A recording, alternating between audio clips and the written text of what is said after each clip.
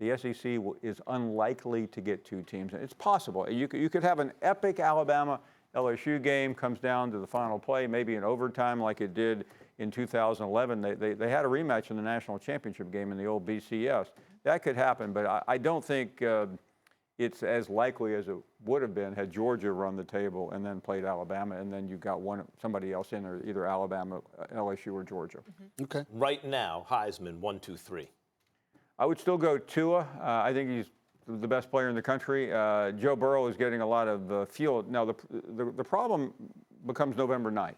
You have Alabama versus LSU, and the winner of that game, the quarterback, assuming he plays very well, which I'm going to assume he does, is going to vault to the top. So if Burrow wins that game, Burrow is in great shape. Right now on the top, as you can see there, ESPN Heisman. I was thinking about my buddy Paul Finebaum. And Here we go. You were talking about Clemson.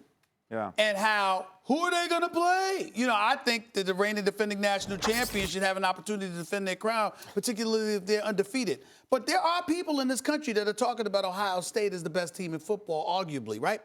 Then I looked at their schedule, Paul Finebaum.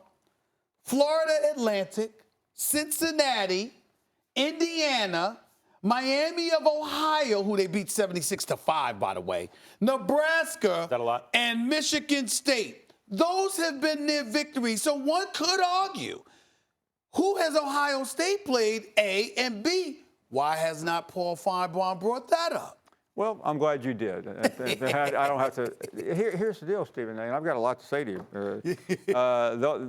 They have the meat of their schedule in front of them, and no, they don't have a great schedule this year. They have played in the past. I mean, they played Oklahoma home and home. They played everyone else. Here's what I really am getting tired of hearing you say. Yes, sir.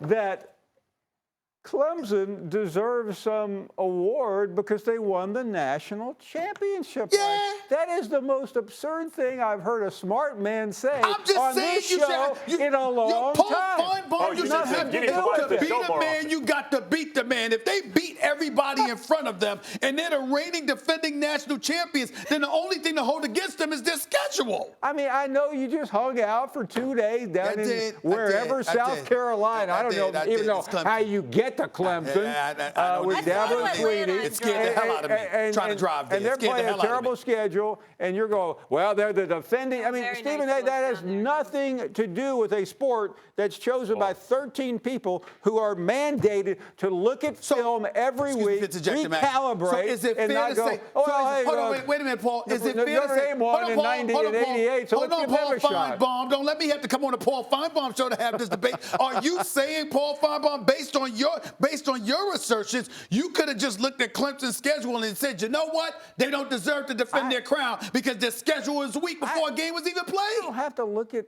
anything other than how the playoff is supposed to work. Keyword. Suppose. Well, Paul, I got to tell you something. I agree with Stephen A. here in this case, actually, and let me tell you why. Is coming to an end in front of me. Let me tell you why. First of all, you have to make One time I'm depending on this guy. Right. Exactly. He sells me out. You have to make the schedule too far in advance. Now, I don't think you should incentivize national champions to make easy schedules, right? And I understand that point. But if you win the national title and then you go undefeated, you should at least be in the playoff. You don't get a play. Like, how much? By the way, they're beating the brakes off some teams.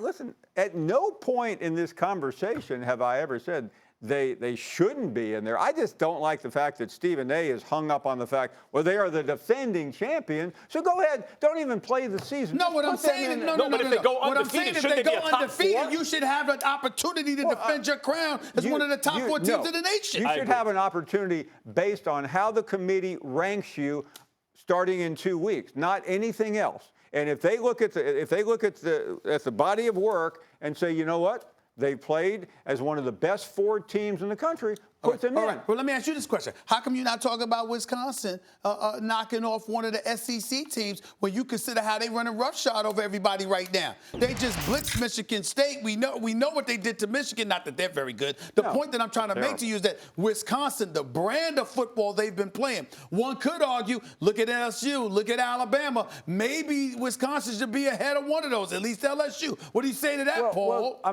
going to go back to my little note card here, even though I can't find it. Stephen A., the AP poll is meaningless. It's about as meaningless as this conversation is in relation to what's going to happen when the College Football Playoff Committee meets. These people, they go over the games. They tell us this every Tuesday night, and how hard they work. Have you known them to lie?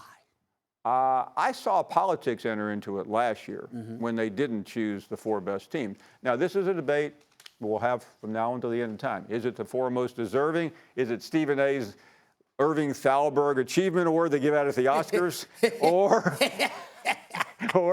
I mean, I would really like to see the 4 best teams in the country. Okay, question. There are a half dozen undefeated teams we just saw. Yeah. How many are going to be undefeated at the end of the year? I think you'll have probably 3. I mean, they are going to start cannibalizing each other. Alabama plays LSU.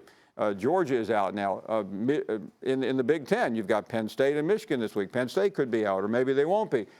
Wisconsin and Ohio State. So all the undefeated teams get a berth automatically, or no? For you? Do I need to repeat what I just told this fine man here, I feel like he's my brother, and you go run over there and hide behind his back? But don't you see how it kind of undermines competition, Paul? If I get college football, it's not just if you win, it's how you win. Right.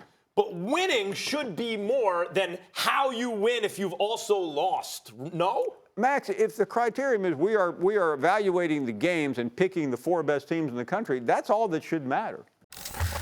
Thank you so much for watching ESPN on YouTube. For more sports highlights and analysis, be sure to download the ESPN app. And for live streaming sports and premium content, subscribe to ESPN+.